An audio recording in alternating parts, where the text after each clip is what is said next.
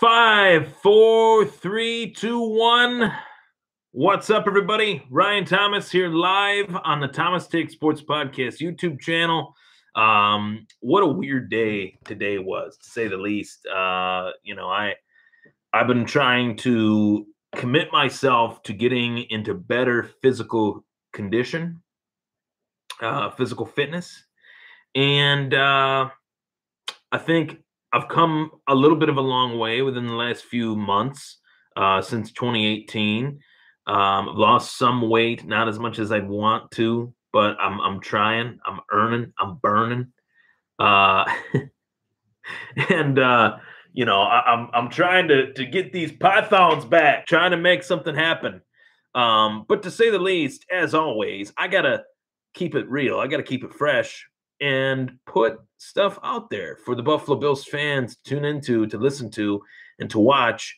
I have been very, very up in the air about this entire situation with the now former Buffalo Bills offensive lineman Richie Incognito, a guy that definitely did his fair share to contribute to the Buffalo Bills for the better part of the last few years in terms of making Buffalo the #1 rushing attack, not 1 year, but 2 years that he played here, and really helped LeSean McCoy's transition from Philadelphia Eagle to Buffalo Bill. Having a guy like that blocking in front of LeSean McCoy, I think,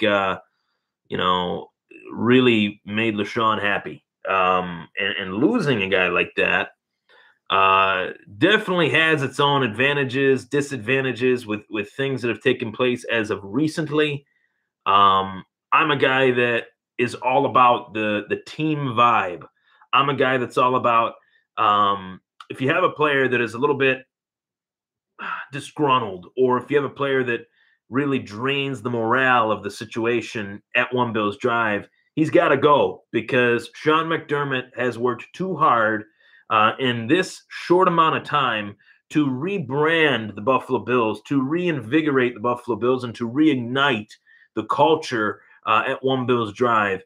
I'm very excited to say that, I think a little bit of that stench has worn off of the Buffalo Bills due to some of the decisions and some of the quotes and quips of Sean McDermott, due to some of the moves that Brandon Beane has made in less than a calendar year.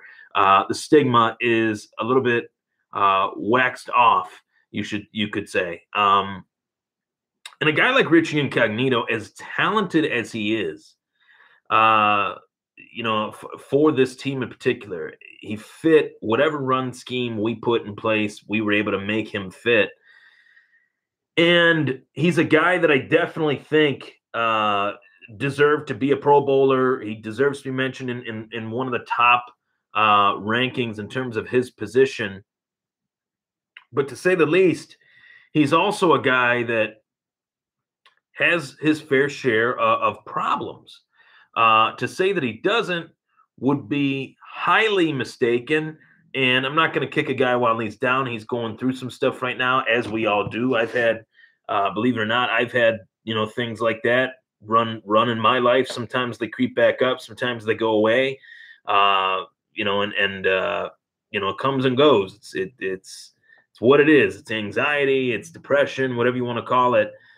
It comes and goes with certain things, or certain triggers that kind of trigger that with some people. And it appears as if Richie Incognito is going down the wrong path again, which is very unfortunate. Prayers are with the gentleman. I don't wish any ill will against him for what has transpired these last few weeks. I know that there's a lot of Bills fans out there that feel like he really, quote unquote, screwed the Bills over. I'm not really in that opinion, Bills fans. I'm not really in that opinion, and let me tell you why. I'm not in that opinion based on the fact that if you were to go to Wikipedia or NFL.com and look up Richie Incognito's age, it was only a matter of time before Richie Incognito was no longer a Buffalo Bill. I thought originally, on the early onset of this offseason, that Richie Incognito would be, maybe here another year. And that's about it. So him going down this path of posting these tweets about not wanting to be a part of this current franchise and moving on from the franchise, then Buffalo putting him on the reserved retirees list, then Buffalo letting him go off that list to go play for another team, as much as it leaves a bit of a bad taste in my mouth in terms of how Richie handled himself, and it was a little disappointing because Buffalo gave him his second shot in the National Football League, and you'd think he'd be a little bit more loyal to Buffalo, but it was only a matter of time before he was off the team anyway. And Buffalo has invested in their offensive line. People want to talk about how their offensive line is so bad. They've actually invested in their offensive line. They traded up last year to take Deion Dawkins, who filled in at left tackle very nicely. They brought in Russell Bodine from Cincinnati. They brought in Marshall Newhouse from Oakland. And they have some players that they brought in that, outside of those guys via draft, Wyatt Teller being one of them, that was rated as a third-round guard, rated as a player that definitely should have gone higher than he actually did. And let me just put on my jacket here. I'm a little chilly. One sec here.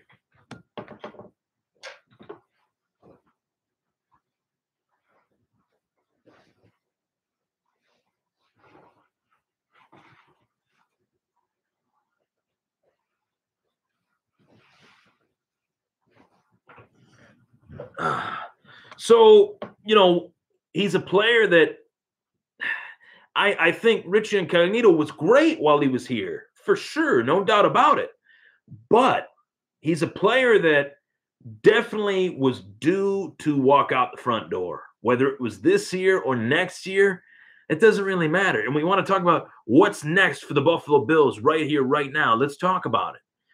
I already named the names: Russell Bodine, Marshall Newhouse. If we were to go to ESPN or any other major sports website and look up the projected starting offensive line for the Buffalo Bills, those names would be seen on it. Maybe not Newhouse. Maybe he'd be seen as like a fringe tackle or a fringe guard. But they have bodies. They have guys that are willing to go to battle and try to prove that they have what it takes in the National Football League. I would choose that. Choose that hungry, chip on their shoulder type player over a guy that doesn't want to be here. It's a simple choice. And not only that, but that is a running theme within the Buffalo Bills organization. Currently, they have players that are very hungry, that really want to prove themselves. Across the game's most important positions, they have players that want to prove themselves. A.J. McCarron, Kelvin Benjamin, Zay Jones, Trent Murphy, who's coming off a bad injury. Washington basically said he was damaged goods, and he got paid as if he's not damaged goods. So obviously he's got something to prove. Trey White, even. As great of a season that Trey White had his rookie year, he had a fantastic year. There is a consensus around the National Football League that doesn't pay attention to him. They do not give him the credit for his rookie season that he had. And they damn well should. But in a way, as a Bills fan, I'm happy about it due to the fact that I know Trey White, his personality type and all that stuff.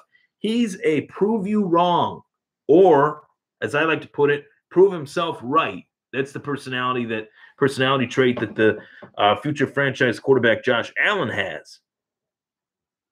So Bills fans are so up in arms about Richie Incognito, and for the life of me, I don't understand it. For the life of me, I don't get why Bills fans aren't excited that Richie Incognito is off the team due to the fact that he has these lapses in judgment, shall I say, and the fact that he wasn't getting any younger. He was not getting any younger. We look up Richie Incognito age. I'm betting he's around 33, 34, at the earliest 32.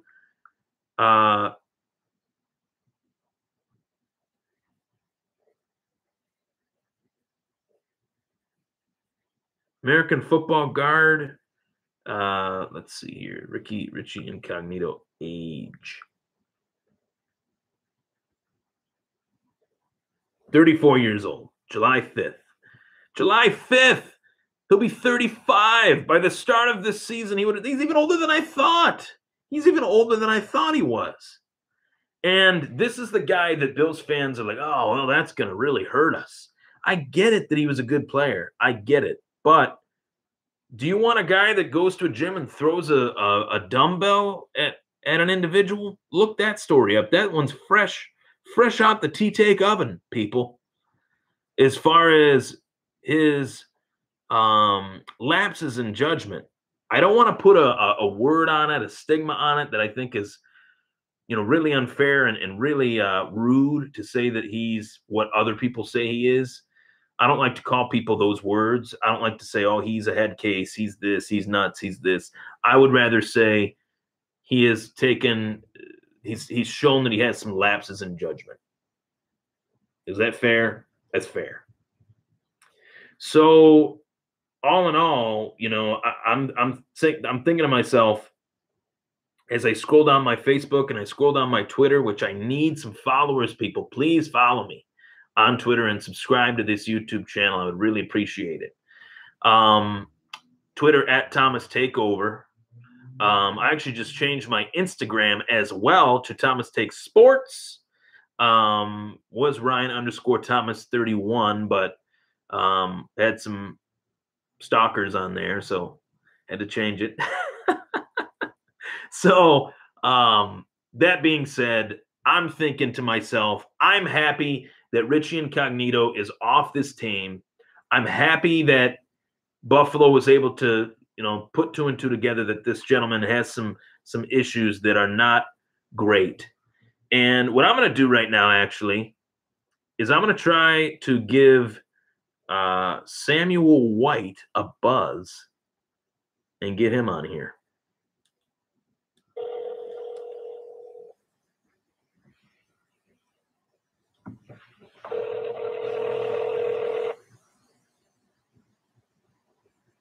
We'll see what we can do. If it doesn't answer, we'll keep it rolling.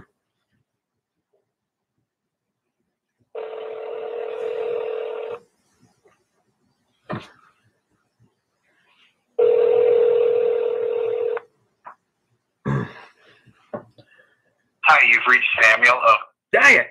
All right. Well, I tried to get him, but that ain't happening. Let's try to text him.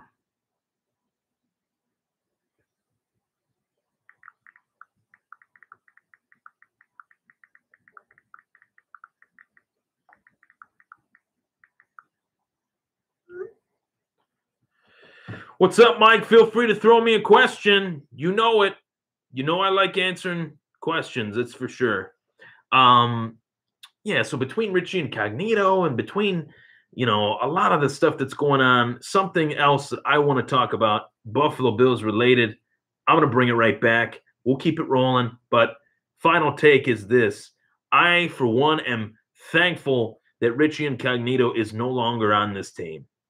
Sorry, Richie. I hope you get well. I hope you find the right path in life. But as of now, there's no need, man. No need to have you around in the Buffalo Bills locker room. Take care, everybody.